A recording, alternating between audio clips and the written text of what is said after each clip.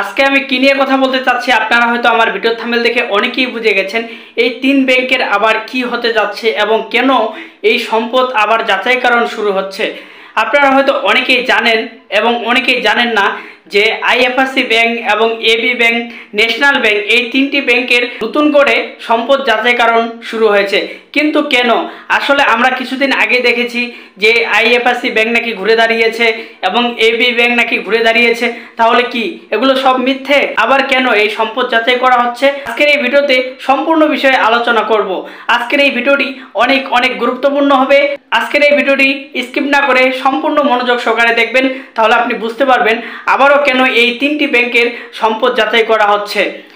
আজকের এই ভিডিওটি শুরু করার আগে আপনার কাছে আমার ছোট্ট একটি অনুরোধ, আপনি যদি আমার চ্যানেলে নতুন হয়ে থাকুন আমার চ্যানেলটি সাবস্ক্রাইব করে রাখুন।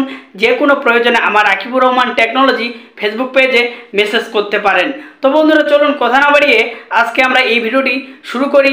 আসলে কেন আবার নতুন করে এই তিনটি ব্যাংকের সম্পদ যাচাই করা হচ্ছে আমি যদি আপনাদেরকে একটু বলি। প্রথমে এবি ব্যাংকের কথা। আসলে এই এবি ব্যাংক আমরা দেখেছি বেশ কিছুদিন থেকে কিন্তু গ্রাহকদেরকে টাকা দিতে পারছিল না, কিন্তু মাঝখানে আবার এই ব্যাংক গ্রাহকদেরকে টাকা দেয় এবং ওনাদের ব্রাঞ্চে কোনো চেক বাউন্স করে নাই এবং কোনো গ্রাহক ফিরে আসে নাই। 2000, 4000, 5000 করে যা পারছে টাকা দিছে। কিন্তু তখন বলা হয়েছিল যে এই ব্যাংকটি ঘুরে দাঁড়িয়েছে, কিন্তু এখন আবারও নতুন করে এই ব্যাংকের সম্পদ যাচাই করা হচ্ছে। আসলে সত্যি কি এই ব্যাংকগুলো ঘুরে দাঁড়িয়েছিল নাকি মানুষকে বোঝানোর জন্য এই কথাগুলো বলা হয়েছে? গ্রাহক যেন ব্যাংকে আসে, গ্রাহকের আমানত যেন এই ব্যাংকগুলোতে রাখে। আসলে এই জন্য বাইরের দেশ থেকে হচ্ছে নতুন করে এই সম্পদ যাচাইকরণ শুরু করছে এবং যদি দেখে যে এই এবি ব্যাংকে যে সব ঠিক আছে এবং কোনো সমস্যা নেই, কোনো লেনদেনে কোনো ঝামেলা নাই, বা এই যেই টাকা অনুমোদন পাচ্ছে এবং সহযোগিতা পাচ্ছে এই টাকা যদি সঠিক জায়গায় যায় এবং গ্রাহকদের হাতে হাতে যদি পৌঁছে যায়, তাহলে কিন্তু এই এবি ব্যাংকে আরও সহযোগিতা করবে বাইরের দেশ থেকে। যদি দেখা যায় এই এবি ব্যাংক আবার দুর্নীতি শুরু করতেছে কিংবা টাকা লুটপাট করতেছে এবং অনিয়ম করতেছে, তাহলে কিন্তু এই এবি ব্যাংকও কিন্তু বঞ্চিত হবে সহযোগিতা থেকে। আশা করি আপনারা সকলেই বুঝতে পারছেন। এখন আসি আইএফআরসি ব্যাংক।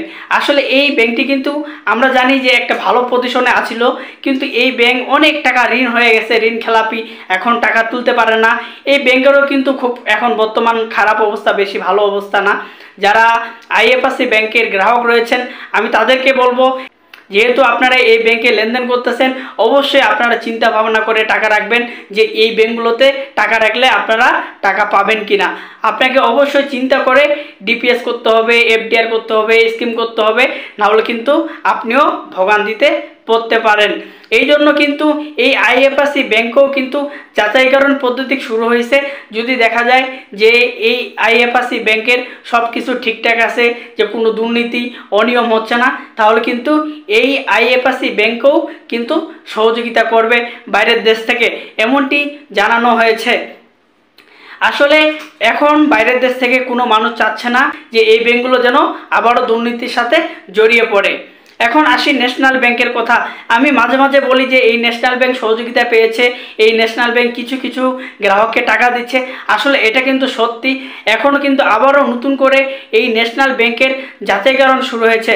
কারণ হচ্ছে যে এই ন্যাশনাল ব্যাংক এখন অনিয়ম করতেছে কিনা, দুর্নীতি করতেছে কিনা, গ্রাহকদের আমানত গ্রাহকদেরকে বুঝিয়ে দিচ্ছে কিনা, এবং যেই টাকা অনুমোদন পাচ্ছে এবং সহযোগিতা পাচ্ছে এই টাকা কোথায় ব্যয় করতেছে, মানে এগুলা পুরো ডিটেলস চাচ্ছে বাইরের দেশের যে বিশেষজ্ঞরা রয়েছেন এবং সহযোগিতা করতেছেন তারা। এখন যদি এই তিনটি ব্যাংকের এই যাচাইকরণ পদ্ধতি যদি পুরোপুরি ভালোভাবে শেষ হয়, এই তিনটি ব্যাংক আরও সহযোগিতা পাবে এবং এই তিনটি ব্যাংকে যে গ্রাহকরা রয়েছেন তারাও কিন্তু টাকা পাবেন, কোনো সমস্যা হবে না। যদি দেখা যায় এই তিনটি ব্যাংক অনিয়মের সাথে জড়িয়ে যায়, তাহলে কিন্তু এই ব্যাংকগুলোর অবস্থা আরও খারাপ হয়ে যাবে। আপনারা হয়তো অনেকেই জানেন যে এই তিনটি ব্যাংকে বিশেষ করে প্রবাসী যেই ভাই বোনেরা আছে ওনারা হচ্ছে এই তিনটি ব্যাংকে এবং বেশ কিছু ব্যাংকগুলোতে টাকা রাখছে, যাদের টাকা হচ্ছে এখন আটকে গেছে। কারণ কোনো দেশে চাইবে না যে এই কোনো প্রবাসী ভাইয়ের টাকা এই ব্যাংকগুলোতে আটকে যাক, এই ব্যাংকগুলো দেউলিয়া হয়ে যাক, যে এই প্রবাসী ভাইরা এই টাকা ফেরত পাবে না, এমন কিন্তু কোনো দেশে চাইবে না। এই জন্য বাইরের দেশ থেকে সহযোগিতা করা হচ্ছে যেন এই ব্যাংকগুলো ঘুরে দাঁড়াতে পারে এবং গ্রাহকদের আমানত গ্রাহকদেরকে ফিরিয়ে দিতে পারে, যেন কোনো কারণে এই ব্যাংকগুলো দুর্নীতির সাথে আবারও নতুন করে জড়িয়ে না পড়ে। এই জন্য এই 3টি ব্যাংকের সম্পদ যাচাইকরণ শুরু হয়েছে। অবশ্যই আমি আপনাকে রিকোয়েস্ট করব, আপনার যদি আইএফআইসি ব্যাংকে অ্যাকাউন্ট হয়, আপনার যদি এবি ব্যাংকে অ্যাকাউন্ট হয়, আপনার যদি ন্যাশনাল ব্যাংকে অ্যাকাউন্ট হয়, বর্তমান আপনার শাখার কি অবস্থা এবং আপনাকে টাকা দিচ্ছে কিনা ঠিকমতো এবং ব্যাংকের ম্যানেজার কি বলতেছে, অবশ্যই আপনি কিন্তু আমাকে কমেন্ট করে জানিয়ে দিবেন, যাতে আমি আপনাদের এই কথাগুলো আমার এই ভিডিওর মাধ্যমে তুলে ধরতে পারি। আর অবশ্যই নতুন নতুন যেই আপডেটগুলো আসবে আমার এই চ্যানেলে পেয়ে যাবেন। নতুন নতুন ভিডিও পাওয়ার জন্য অবশ্যই আমার চ্যানেলটি সাবস্ক্রাইব করে রাখুন, যেন সবার আগে আপনার কাছে আমার এই ভিডিওটি পৌঁছে যায়। আজকে আমার এই ভিডিওটি এই পর্যন্তই।